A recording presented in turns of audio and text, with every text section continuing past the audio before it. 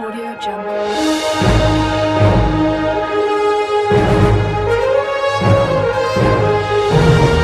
Audio Jungle.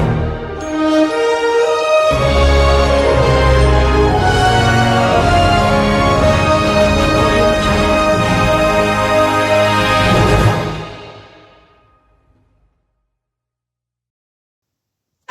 Depuis que je suis tout petit, le rêve de ma vie, c'est de participer aux Jeux Olympiques.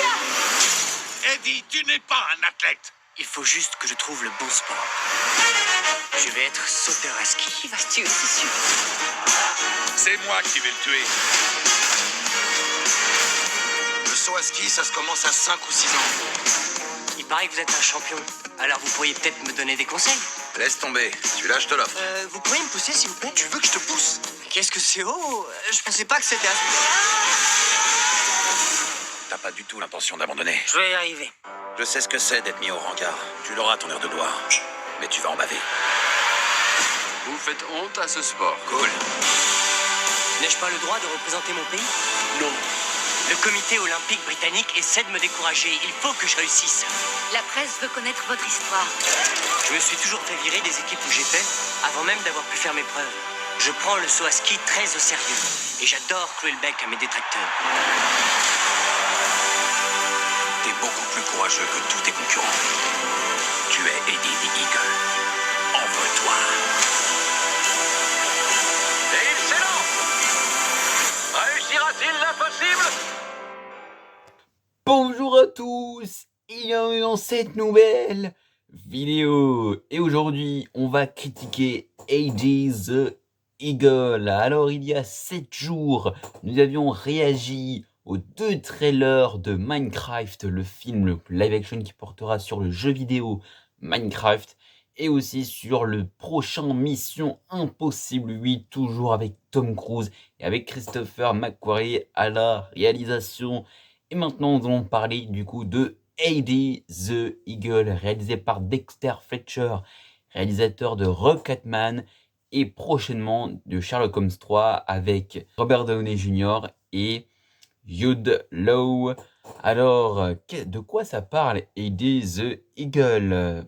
Alors, Michael, donc voici le synopsis du coup du film, excusez-moi.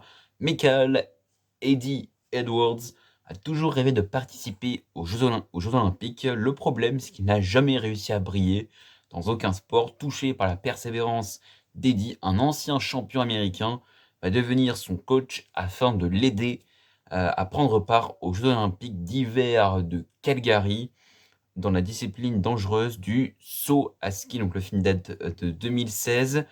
Du côté du coup du casting du film qui compose ce film, nous avons Taron Egerton, vu dans les 2 premiers Kingsman, Hugh Jackman évidemment vu dans la saga Wolverine, énorme acteur, Christopher Walken, nous avons aussi Tom Costello, Edwin Endre, donc Taron Egerton qui joue le rôle de Eddie, et Hugh Jackman aussi en Bronson, donc enfin c'est le coach qui va le coacher. En bref, je vais vous dire un peu plus tard son nom. Et donc maintenant, on va un peu plus s'intéresser du coup au budget du film, doté d'un budget de 23 millions de dollars. C'est pas non plus énormissime pour un film comme ça. Du côté maintenant un peu de l'accueil du film. Alors du côté du box-office, nous avons donc par région, donc j'ai que États-Unis, Canada, France, Royaume-Uni et mondial. Donc du côté des États-Unis, Canada, le box-office du film est de 15 789 389 dollars. Voté en France, il a fait 75 493 entrées. Au Royaume-Uni, il a fait 12 803 022 entrées, pour un total du coup du box-office mondial à 46 152 800 dollars. Du côté des États-Unis et du Canada, il est resté que 13 semaines au box-office. Alors pour les autres, malheureusement, je n'ai pas le nombre de semaines auxquelles il est resté. Et un peu du coup pour les informations générales. Maintenant, comme d'habitude, je vous ai trouvé un petit consensus du film, enfin des critiques sur le film. Donc, Eddie the Eagle, réalisé par Dexter Fletcher, comme je vous l'ai dit, est un film inspiré, et oui, c'est ça aussi à savoir, c'est un film inspiré de faits réels qui raconte l'histoire de Michael Eddie Edwards, un skieur britannique devenu célèbre pour avoir été le premier à représenter la Grande-Bretagne en saut à ski aux Jeux olympiques de 1988 à Calgary, malgré une préparation totalement amateur et une absence totale de soutien institutionnel. Le film, qui se veut avant tout un récit de persévérance et de détermination, repose largement sur l'humour et la comédie, tout en célébrant la singularité de son héros. Eddie Edwards, interprété par Taron Egerton, comme dit précédemment, est un personnage attachant, maladroit, mais incroyablement résilient. Il incarne un anti-héros inspirant, celui qui refuse de se laisser abattre par les critiques et les échecs. Son rêve, aussi irréaliste que cela puisse paraître, est d'entrer dans l'histoire des Jeux olympiques, et c'est cette quête qui donne au film son ton positif et motivant. L'un des points forts du film est la performance, évidemment, de Taron Egerton. Avec une énergie débordante, une attitude pleine de naïveté, Egerton parvient à rendre Eddie à la fois touchant et amusant. Il arrive à transmettre cette sincérité qui fait de son personnage un véritable outsider, mais un outsider auquel le public peut s'identifier. Hugh Jackman, qui joue le rôle de Bronson Perry, voilà, c'est ça, donc, qui joue le rôle de Bronson Perry, est un ancien sauteur à ski et entraîneur de la fortune d'Eddie, apporte un certain charme et une touche de gravité. Leur dynamique, qui oscille entre mentor et protégé, fonctionne bien. Le personnage de Jackman est plus stoïque, plus désabusé, mais son évolution à travers l'entraînement d'Eddie permet au film de trouver un équilibre entre le drame et la comédie. Le film s'appuie aussi sur une mise en scène dynamique et des séquences de saut à ski spectaculaires, même si celles-ci sont parfois un peu exagérées pour accentuer le côté spectaculaire et hollywoodien. La bande-son composée de titres des années 80 ajoute également une touche nostalgique et énergique, collant parfaitement à l'atmosphère légère du film.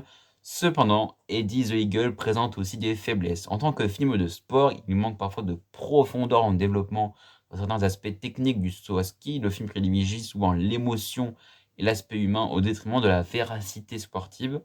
De plus, bien que l'histoire soit inspirante, elle suit des codes narratifs très classiques, ce qui peut rendre le tout quelque peu prévisible. Enfin, l'option de présenter Eddie comme un personnage d'autant plus héros à travers ses échecs et ses défaites, mais aussi sa persévérance, pourrait être perçue comme simpliste pour ceux qui attendent une exploration plus nuancée du monde de sport du haut niveau. Du coup, en conclusion, il conclut que Eddie the Eagle est un film feel-good agréable qui séduit par son optimisme, ses personnages attachants et son énergie débordante, bien qu'il ne soit pas exempt de clichés et que sa vision de la réalité sportive soit parfois simplifiée. Il réussit à inspirer et à divertir l'histoire de ce jeune homme. Et a réussi à inspirer et à divertir l'histoire de ce jeune homme, et déterminé à réaliser l'impossible malgré les obstacles, résonne comme un hymne à la persévérance, et c'est ce qui en fait un film à la fois émouvant et stimulant. Donc ce qui revient quand même pas mal du coup dans le consensus des critiques, c'est que le film c'est un bon film good movie, c'est émouvant, c'est touchant. Alors moi, pour rappel, je l'ai vu donc 2 fois. Alors je ne sais pas si, parce que je sais que pendant un temps, dernièrement, il a été disponible du coup sur France Télévisions, donc c'est grâce à ça que j'ai pu le revoir.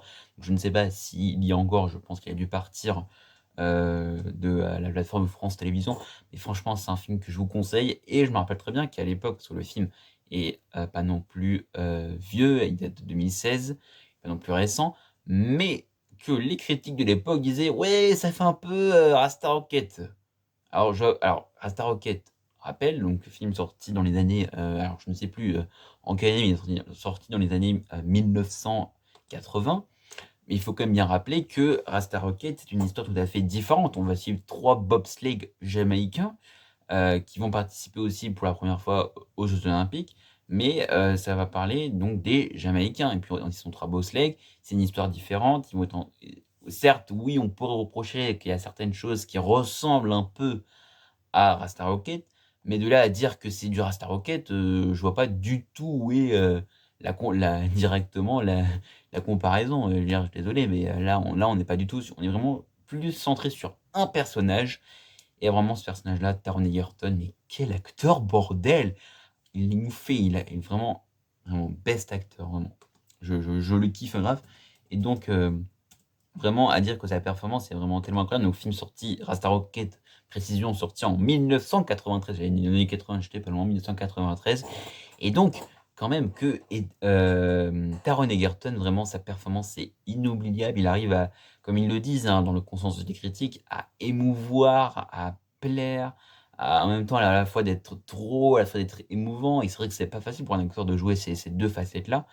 Ensuite, on a Hugh Jackman, qui est l'acteur, je le kiffe dans ce rôle, ça se voit qu'il y prend du plaisir. Les 2 ils y prennent du plaisir et en plus leur duo fonctionne bien, ça fonctionne. Pour moi, c'est un feel good movie assez sympathique. On a des plans vraiment qui sont, bon, assez simples, hein. On n'est pas du tout sur un film, qui va être vraiment qui fait partie non plus qui va rester mémorable dans l'histoire du cinéma. Mais je trouve qu'il y a quand même des plans qui sont spectaculaires et comme ils disent assez hollywoodiens quand il va faire, donc je vais un peu spoiler, quand il va sauter de son saut à ski et qu'il va, battre le record, machin. Là, on a la musique et tout, c'est hyper bien filmé. Je veux dire, il y a des séquences qui sont mémorables de film et franchement, ce film a donné vraiment un message de persévérance, un message de valeur aussi, pas que Eddie Seagal de persévérance, c'est surtout ça que je retiendrai toujours cette phrase, de ma mère qui me dit toujours: «La persévérance, ça paye toujours» et Eddie l'a bien compris dans ce film, parce que la persévérance, ça paye toujours. Il a été même contre le comité sportif qui, en fait, ne l'acceptait toujours pas parce qu'il disait: «Non mais regardez, moi j'ai fait ça comme performance et ça passe pas, c'est pas possible. Moi je veux aller aux Jeux olympiques». Ce qu'il voulait, c'était vraiment marquer l'histoire des Jeux olympiques et c'est ça qu'il a fait et vraiment, moi j'ai adoré la meilleure scène du film, c'est quand vraiment donc il saute à ski, là on voit la réaction du coup du comité sportif olympique qui fait et de se dire en tête: «Mais oh putain, mais qu'est-ce qu'on est con là! Là on vient de laisser passer un talent». Mais bon, c'est la Grande-Bretagne, c'est l'Angleterre, qu'est-ce que je vous dise? Voilà, après, bon, je trouve que le film oui, je suis d'accord que le film, on peut reprocher que c'est assez simpliste comme histoire. En même temps, le film c'est le but du film, hein, c'est de vraiment raconter l'histoire de Eddie, mais vraiment, quel bordel de film! C'est un film vraiment universel, vraiment. Et vraiment quand je l'ai vu, j'ai été mais en mode: «Mais waouh, c'est quoi ce film?» Vraiment, j'avais rarement eu autant d'émotions que depuis peut-être, Star Rocket ou alors, dernièrement, bon, dernièrement j'ai vu d'autres films qui m'ont ému, mais vraiment celui-là, vraiment, il est vraiment incroyable et franchement, je vous le conseille, la réalisation est vraiment bon. Elle elle est vraiment incroyable. Elle fait le boulot, c'est pas non plus une réalisation que j'ai trouvée non plus, incroyable mais vraie, mais je trouve qu'elle fait le boulot, elle fait plutôt le taf. La collaboration entre les 2 personnages, donc Hugh Jackman et puis Taron Egerton fonctionne à merveille. Les décors, je trouve, retranscrivent assez bien l'ambiance du film des années parce qu'on est dans les années 80 et je trouve que ça retranscrit assez bien. On a aussi du coup un scénario que je trouve, assez, bon, classique, mais que je trouve intéressant dans sa volonté à montrer comment va évoluer le personnage de d'Eddie. Donc voilà, tout ce que je pouvais vous dire sur ce film-là, donc je le note, une note de 14,5 sur 20. Voilà, donc franchement, je vous le conseille, voyez-le au moins une fois, franchement, il faut le voir une fois.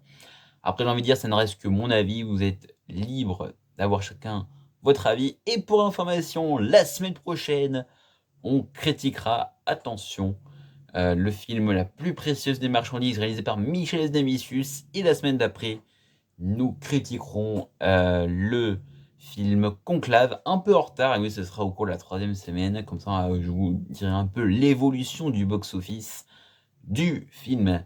Et voilà, donc j'espère que cette vidéo vous aura plu et n'oubliez pas, vive la passion du cinéma et allez au cinéma et mangez des pizzas! Tess Audio Jungle.